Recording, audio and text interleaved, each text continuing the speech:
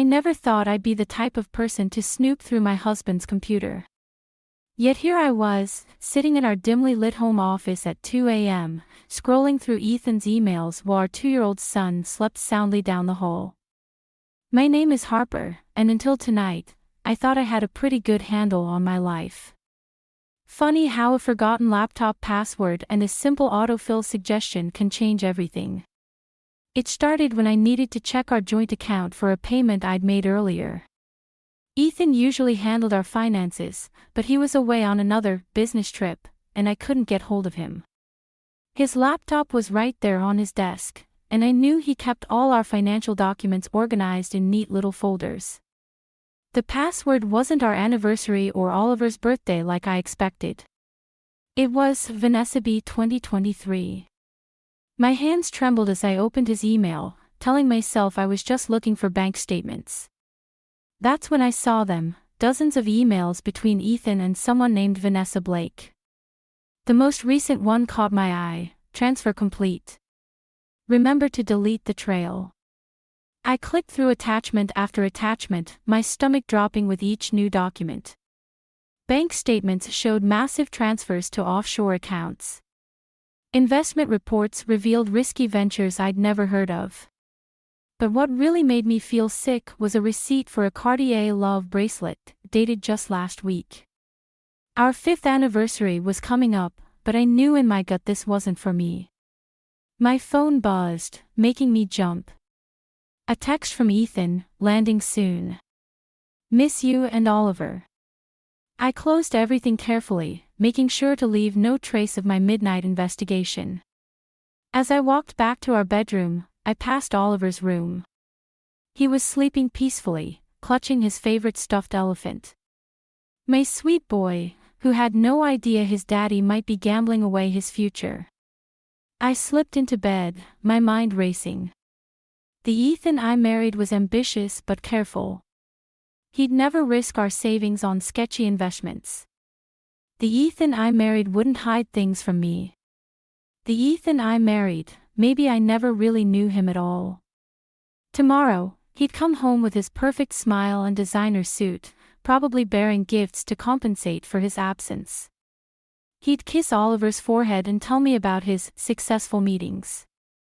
And I'd have to decide, do I confront him and risk everything falling apart? Or do I start planning my own moves in this game he's playing? One thing was certain, I needed to protect Oliver. Whatever Ethan was involved in, our son wouldn't pay the price for his father's secrets. Ethan came home bearing gifts, just like I knew he would. A designer purse for me and a toy fire truck for Oliver. His perfect smile never wavered as he unpacked, telling me about his successful meetings in Chicago. I watched him, wondering how many lies were wrapped up in that smile. We should talk about our finances, I said, trying to keep my voice steady while Oliver played with his new truck on the living room floor. Ethan's shoulders tensed slightly. What about them?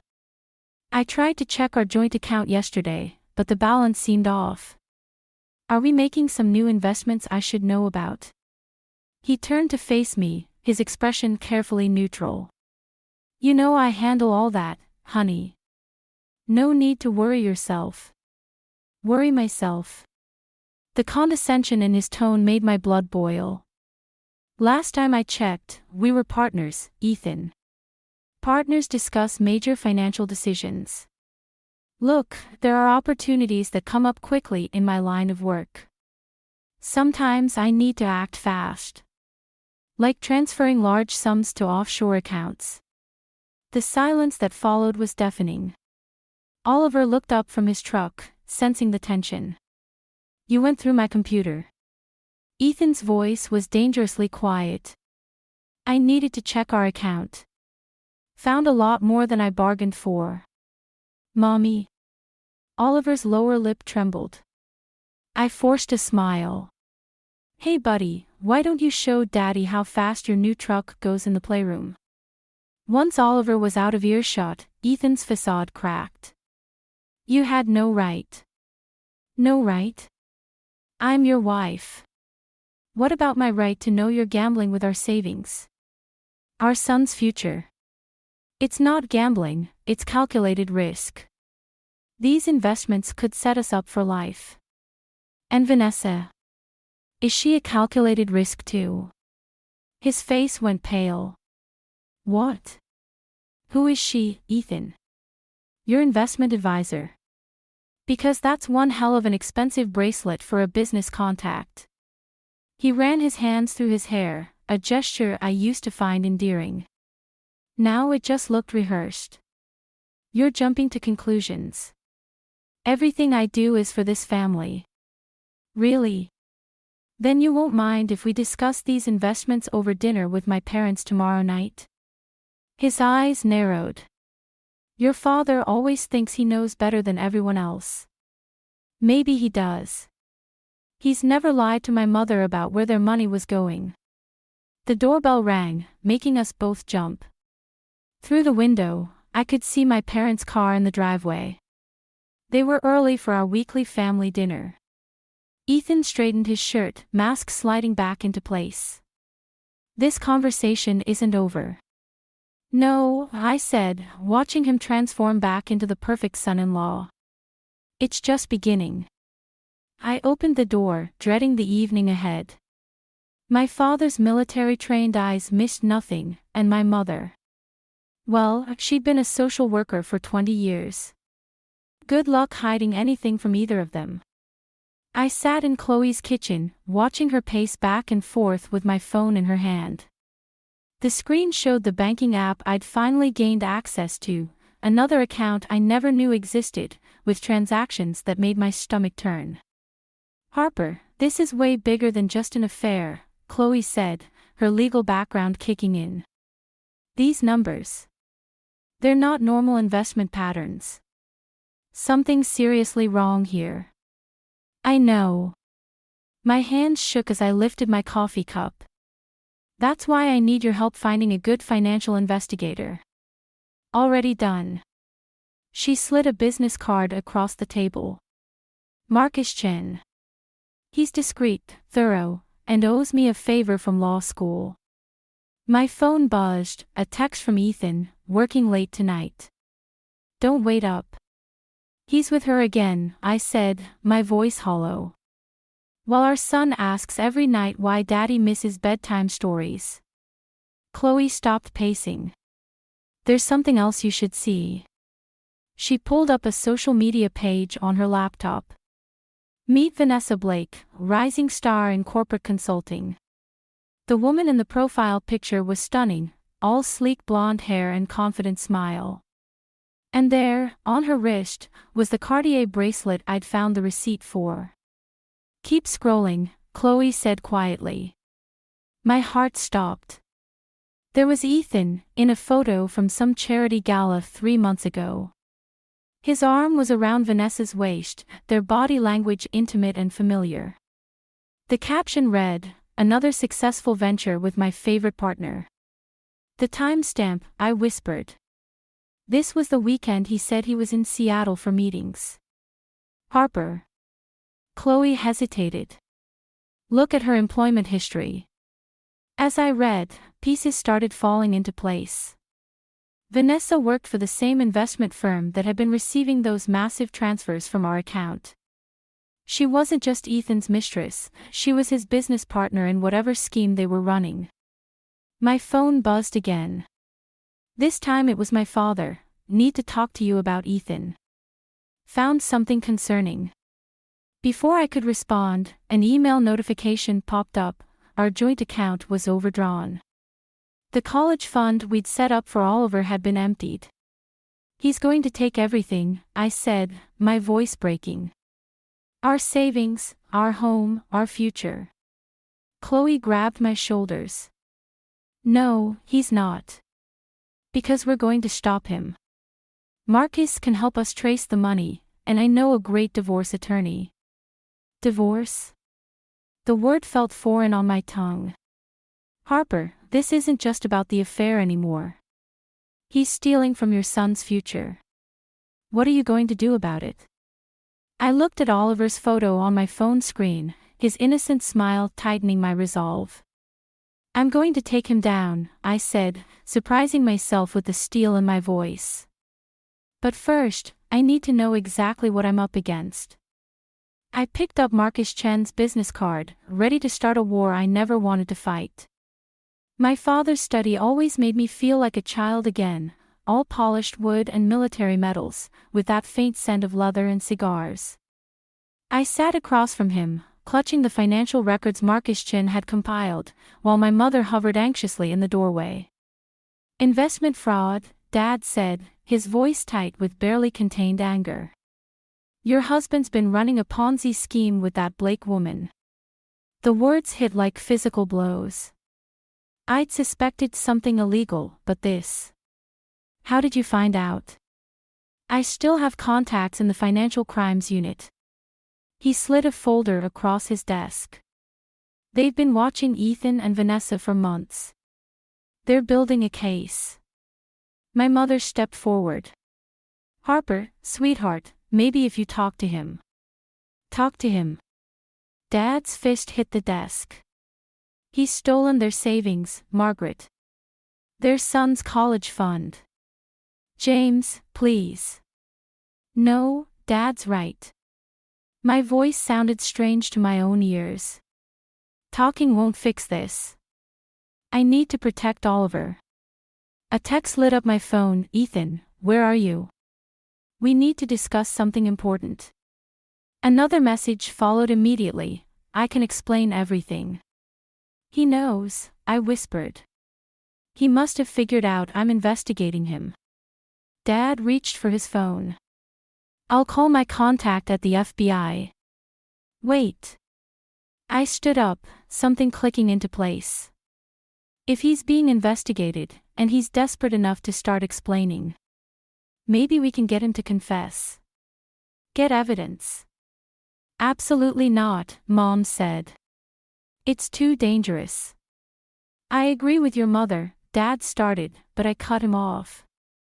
What's dangerous is letting him empty our accounts and disappear with Vanessa while Oliver and I are left with nothing. I need to play along, just long enough to. My phone rang. Chloe's name flashed on the screen. Harper. Her voice was shaking. Ethan just showed up at my place looking for you.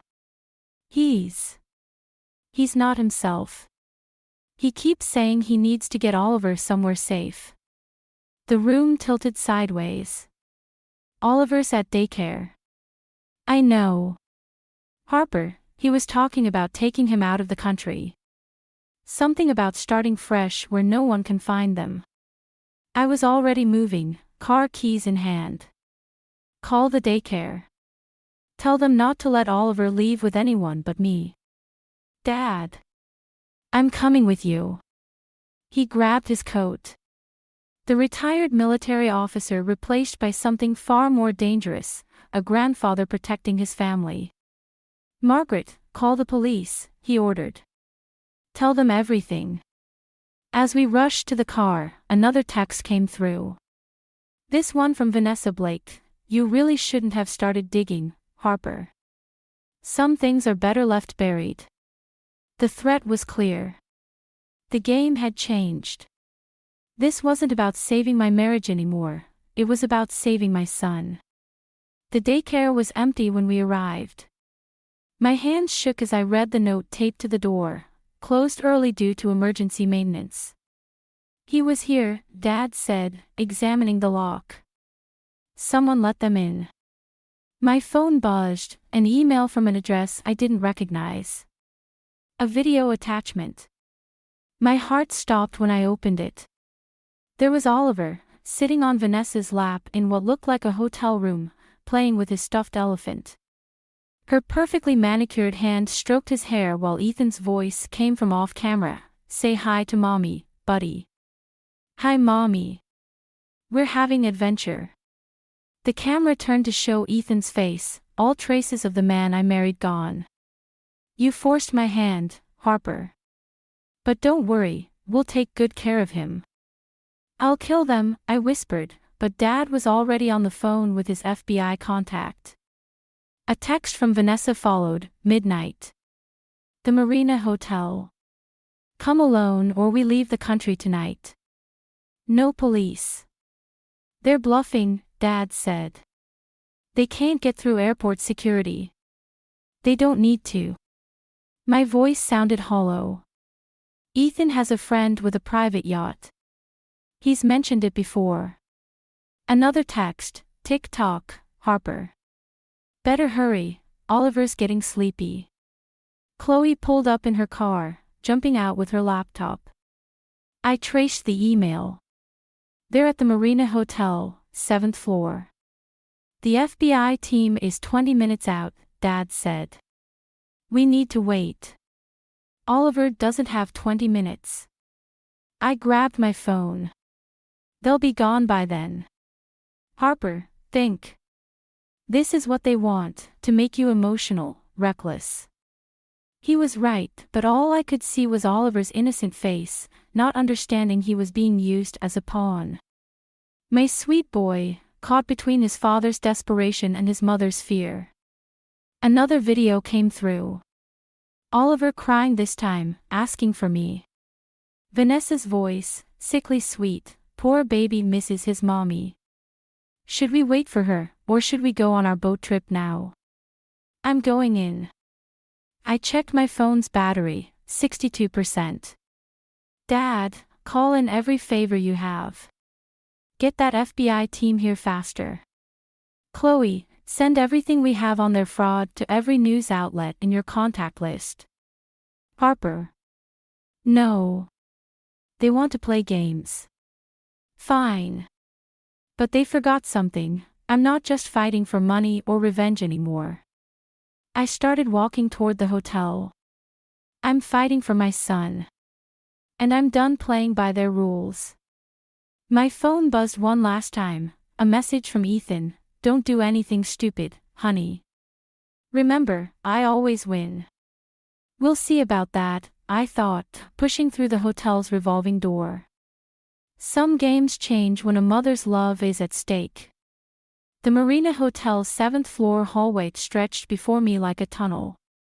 Room 712, I could hear Oliver's muffled giggles through the door. At least he wasn't crying anymore. My phone vibrated, Dad texting that FBI teams were positioning themselves around the building. 10 minutes out. Too long. I knocked. Vanessa opened the door, wearing the Cartier bracelet like a trophy.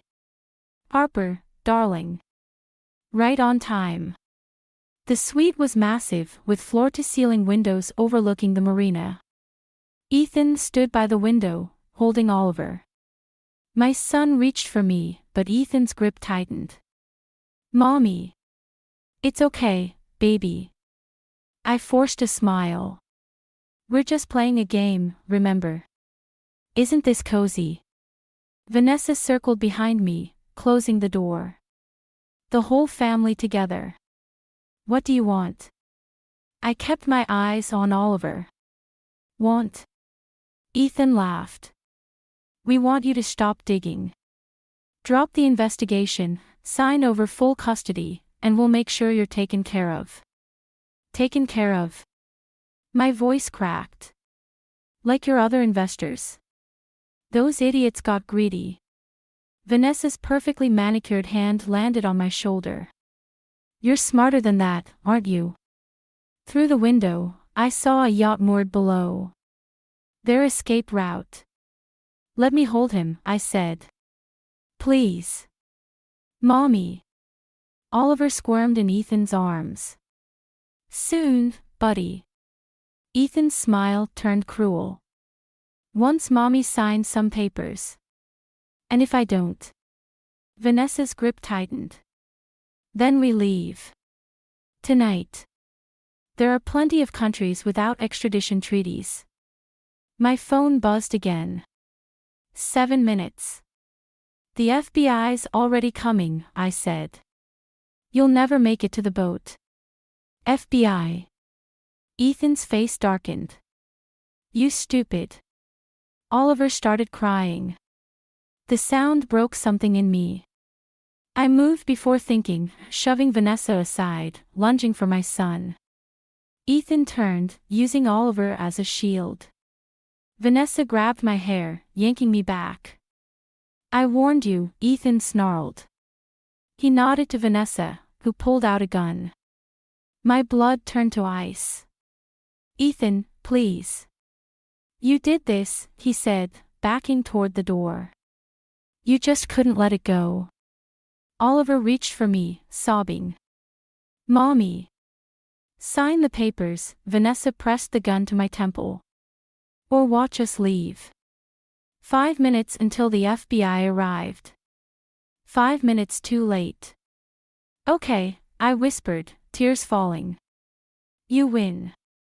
Just let me say goodbye. Ethan hesitated. In that moment, I saw the man I'd married, uncertain, weak. But it wasn't enough. He turned away, carrying my screaming son toward the door. Vanessa pushed the papers toward me with her free hand. Sign. My whole world narrowed to Oliver's cries and the cold metal against my head. Some games you can't win by playing fair. I picked up the pen. The pen trembled in my hand. 3 minutes until the FBI arrived. Not soon enough. Then I saw it, Oliver's stuffed elephant on the coffee table. The one I'd sewn a GPS tracker into after finding those first suspicious emails. The one Dad's FBI contact was monitoring right now. I started signing, deliberately slow. You know what the funny thing is, Ethan? Shut up and sign. Vanessa pressed the gun harder. The funny thing is, I continued, you always said I was too trusting. Too naive. Ethan paused at the door, Oliver still crying in his arms. Harper. But I learned. After I found those emails, I learned fast. I met his eyes. Did you really think I'd come alone? The hotel room's phone rang, making Vanessa jump. In that split second, I grabbed her wrist, twisting the gun away. She screamed as it clattered to the floor. Ethan lunged for the weapon, but Oliver's weight slowed him down. The door burst open, Dad and 2 FBI agents rushing in, weapons drawn. Federal agents. Drop the child. Everything happened at once. Vanessa tried to run, but Chloe appeared in the doorway, blocking her escape. My best friend's legal background hadn't just been useful for finding financial records, she'd known exactly which judge to call for an emergency warrant. Daddy's scary. Oliver wailed, kicking free from Ethan's loosening grip. I dove forward, catching my son as Ethan let go. The FBI agents tackled him before he could reach the gun. You stupid bitch, Vanessa spat as they cuffed her. You ruined everything. I held Oliver close, his tiny heart racing against mine. No, you did that yourselves. The money, the fraud, that was bad enough. But using my son. That's when you lost. Ethan struggled against the handcuffs. Harper, please. We can fix this. Fix it. I stood, Oliver secure in my arms. You know what Oliver asked me last week? Why Daddy loves his phone more than him. A 2-year-old shouldn't have to wonder that. Dad stepped forward, placing a protective hand on my shoulder as more agents entered, securing the scene. I trusted you once, I said to Ethan. Never again. As they led them away, Vanessa's Cartier bracelet caught the light, the symbol of their betrayal, now evidence of their crimes. Oliver touched my wet cheek. No more scary game. No more scary game, baby. I kissed his forehead, breathing in his familiar scent. We're going home. To Grandpa house. Yeah. I managed a real smile, watching Dad coordinate with the FBI team. To Grandpa's house. Sometimes winning isn't about revenge. Sometimes it's about finding the strength to protect what matters most, even if it means losing everything else along the way. 6 months later, I sat in the courthouse, watching Ethan take the stand. He looked smaller somehow, his designer suits replaced by department store clothes, his confidence shattered by months of legal proceedings. Oliver played quietly beside me with his elephant, too young to understand why we were here. My mother squeezed my hand as Ethan began his testimony. "I did it for us," he said, looking at me. "Everything was for us." But I wasn't listening to his excuses anymore. Instead, I watched Vanessa's face across the courtroom, her mask finally cracking as Ethan detailed their scheme. Throwing her under the bus to save himself. During the recess, Chloe, now my lawyer, showed me the settlement papers. Most of the stolen money had been recovered. The investors would get justice. Oliver's future was secure. "You okay?" Dad asked, standing guard as always. "Better than okay." I watched Oliver chase a butterfly in the courthouse garden.